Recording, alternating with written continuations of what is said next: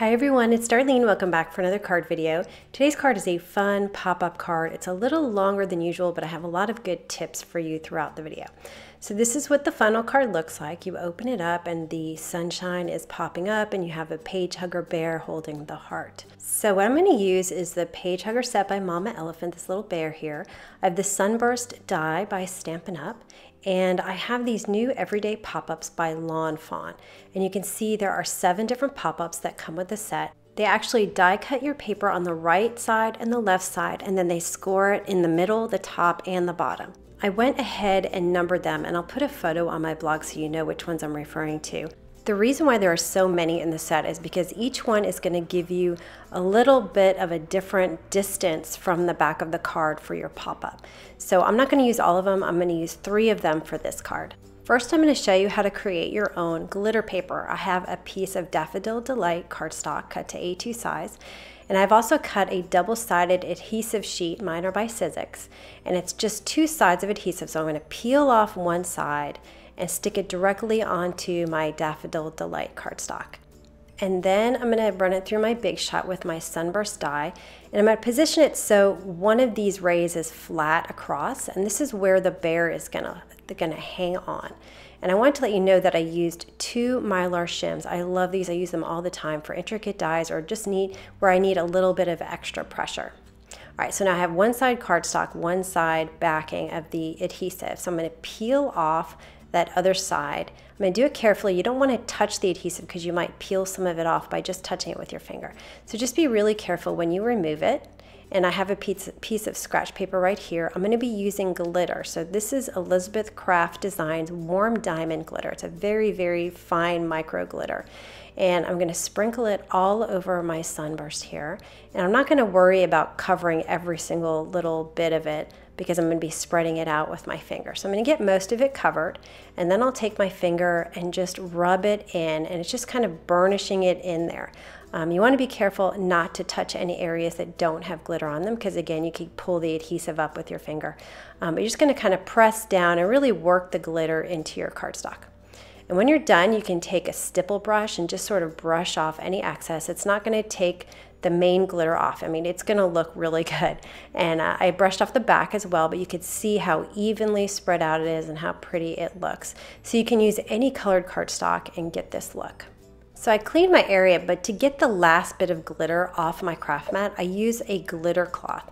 I know a lot of people use a Swiffer, but to me the Swiffer just sort of moves glitter around. It doesn't really pick it all up, but this glitter cloth really actually works well. It's kind of sticky and it really picks up the glitter. Next, I'm going to work on my pop-up. So I've cut a piece of cardstock in half, but I'm not going to score it like a regular A2 card.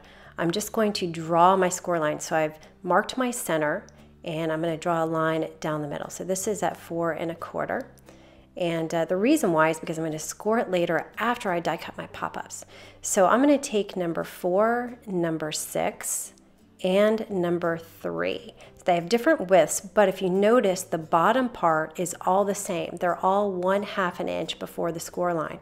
My Starburst is the only thing that's popping out of the card, so I need to make sure that all my pop-ups are the same distance from the back. If you were going to have multiple items popping out of your card at different distances from the back, you would vary the amount at the bottom of that die. I'm going to strategically place my pop-ups behind my Starburst, so I need to know where my Starburst is going to be. So I'm positioning it on the top part of this cardstock, and I'm going to draw a line on either side of where the pop-up is going to be, so it'll be right between those 2 lines and then right underneath this other long sun ray. So I'm going to draw lines around it. And now I know where to put my die. So I'm going to take my number 4, and you can see it has pointers on either side, and you're going to line up those pointers with the pencil line, and that's where your card is going to be scored. And so you want to line that up, and it's going to score it so that it pops it up in a different location. It's a little confusing, but as long as you line up those pointers with the score line of your card, you'll be good. So I'm using number 6 because it doesn't come up very high. You can see it comes up just below the edge of that sunrise. So again, line up my pointers on either side of the pencil line that I drew. Notice that both of my dies extend 1/2 an inch down below my pencil line. So I'm going to secure those in place and run it through my Big Shot. So you can see that it cuts on the right side and the left side, and then it scores on the bottom, the middle, and the top. Now these are scored in different places in the middle, each one of these, number 4 and number 6. So I'll erase my pencil lines, and while I'm at it, I'm going to go ahead and cut off the cloud at the bottom. So I'm just going to position it on the bottom part of my card, and I'll run that through my Big Shot. Now that I have my pop-ups die cut, I can score my card. So I already erased my pencil lines, but it's okay. It's right at the center at the A2 line. So I'm going to score above and below where I die cut my pop-ups, but not on top of the pop-ups. So I'm going to score around those down the middle. And then what I'm going to do is fold it by pushing the pop-ups inward, like toward me, as I close the card. And I found that if you put your right hand or one of your hands on one side and I'm pushing it with my other hand on the other side, that really helps you to kind of get those pop-ups out and your card folded. And once you get it into the right position, kind of get it started, then you can fold it all the way. So you just want to be careful that you're folding exactly on the score lines of the die. And then once you get it folded, you could take a bone folder and just make sure all of your folds are nice and crisp.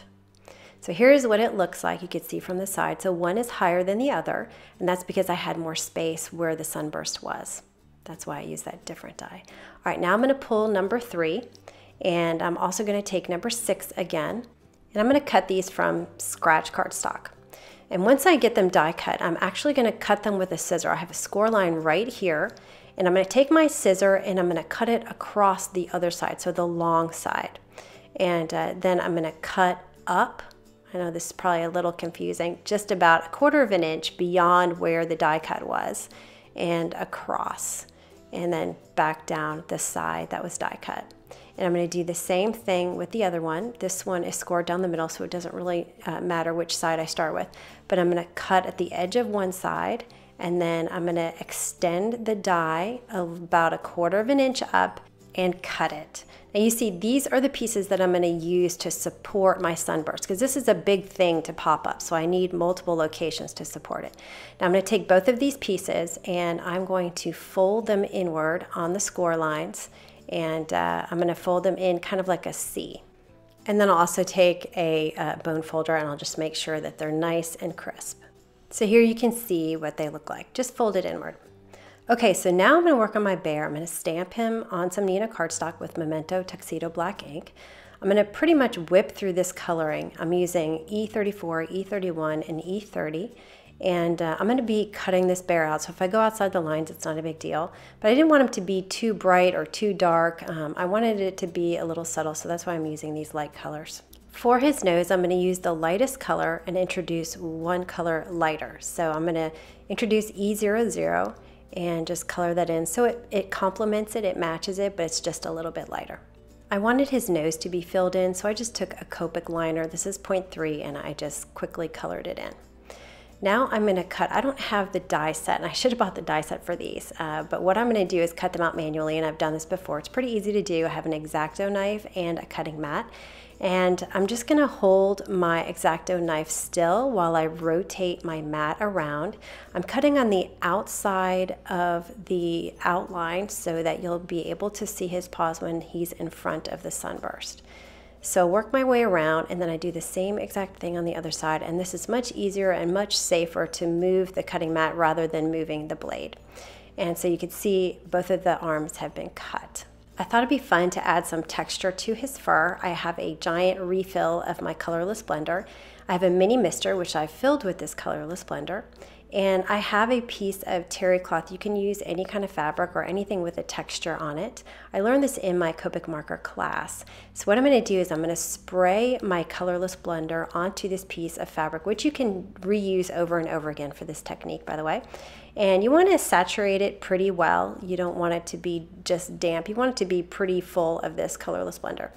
And then what I'm going to do is I'm going to press it. I'm going to do this in real time so you can see how long I hold it, but I'm going to press it against my bear, and it's going to remove some of the color. You don't want to move this thing because then it won't look even. So you want to hold it there and then take it off.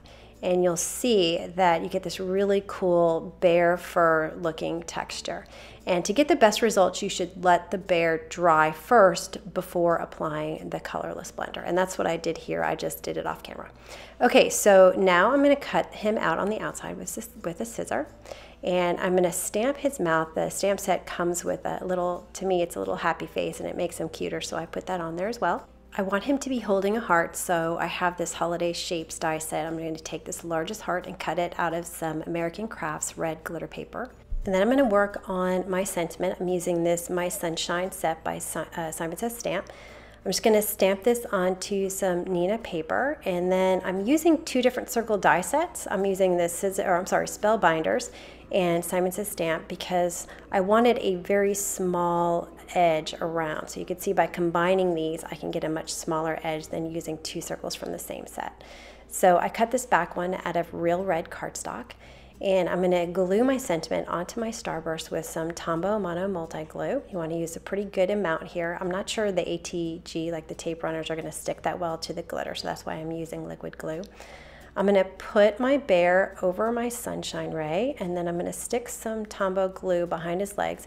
And when I was doing this, I put glue in between his legs, and so it was exposed. And I definitely don't want that because this glue is tacky when it dries. So I just took a baby wipe and I just wiped it up with one swipe, and it was fine. Then I stuck some Tombow glue underneath one of his arms, and I put my heart right underneath there so he's holding it. Next, I'm going to adhere those supporting pop-ups that I cut out. So I'm going to lay my sunburst down right against those pop-ups in my card base so I know where it's going to be popping up. And then I'll take the first one, which was a little bit wider, and I'm going to put some glue on the bigger side here, some Tombow glue. And then I'm going to stick this right in the middle of my sun. So I chose this die because it was wider and bigger, and I had space behind my sun to put it. So I'm just going to make sure it's straight and secured in place. And the other one I'm going to put on the upper ray right above the bear. So I'll put some glue on that one. And notice that I'm gluing these down so that the opening is toward the back of the card, so toward the pop-ups. So the C, sort of the back of the C, is facing the other pop-ups. And the top part is what's going to adhere to the card base. So where I'm going to glue this now is on the front of the pop-ups. That's going to stick to my sunray. And then right on the top edge, and this is the excess that I cut off, that 1/4 inch excess that I cut, I'm going to put my glue on that. And so I'm going to close this up to secure it in place. So I'm going to hold these flat, completely flat. And then I'm going to fold the card so that everything will adhere together and it'll close nicely. So you want to hold this down for a little bit just to make sure that your glue is sticking. And then when you open it, you'll notice that all of the pop-ups are the same distance from the back, so my sunray is perfectly in place. You can see all the different pieces work together. And so that is it for the pop-up. I did notice that one of my pop-ups was showing through one of the sunrays, so you could have just left it, it's fine, but I'm a perfectionist, so I went ahead and trimmed that back with a scissor so you couldn't see it. Since this starburst is A2 size and I'm popping it up, I'm going to have to trim it off at the top. So I'm just going to take my scissor, close the card, and trim out all the sunrays that are outside my card base. I decided to have a little bit of blue showing at the top, so I'm going to go ahead and trim off about a 1/4 inch from the top here. And now it's time to put this into my second card base, which is Soft Sky Stampin' Up. And it's just an A2 size. What I'm going to do is I put some adhesive on the cloud side, the bottom, and I'm going to line it up on this card base, but I'm going to slide it down so that right when it hits in the perpendicular position, it'll be exactly in the right spot and the adhesive will stick to my card base. So now I have my first half adhered. To adhere the second half, I'm going to load some ATG tape runner on the other side, and while the card is completely closed, I'll close that second blue card base. And that'll make sure that my card and both of these pieces work together to open and close perfectly. So you can see that everything is working as it should. Now I'm going to work on the front. So it's going to be pretty simple. I'm using the All Inside set by Ellen Hudson.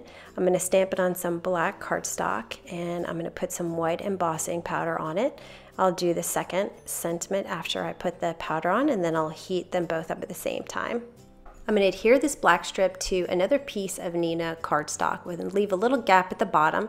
I'll use my Zig glue pen to put a piece of Daffodil Delight, the same color as the sunray, at the bottom. And then I arranged my cloud, the same one I used on the inside, above the sentiment. And I cut that out of my Big Shot. I had a little extra on the right-hand side, so I just cut that off with a scissor. And then I put some tape runner on the back of this, and I put it on the front of the card. So I wanted the front to be really simple, just because I spent a lot of time on the inside. And then when you open it up, it's a nice glittery surprise.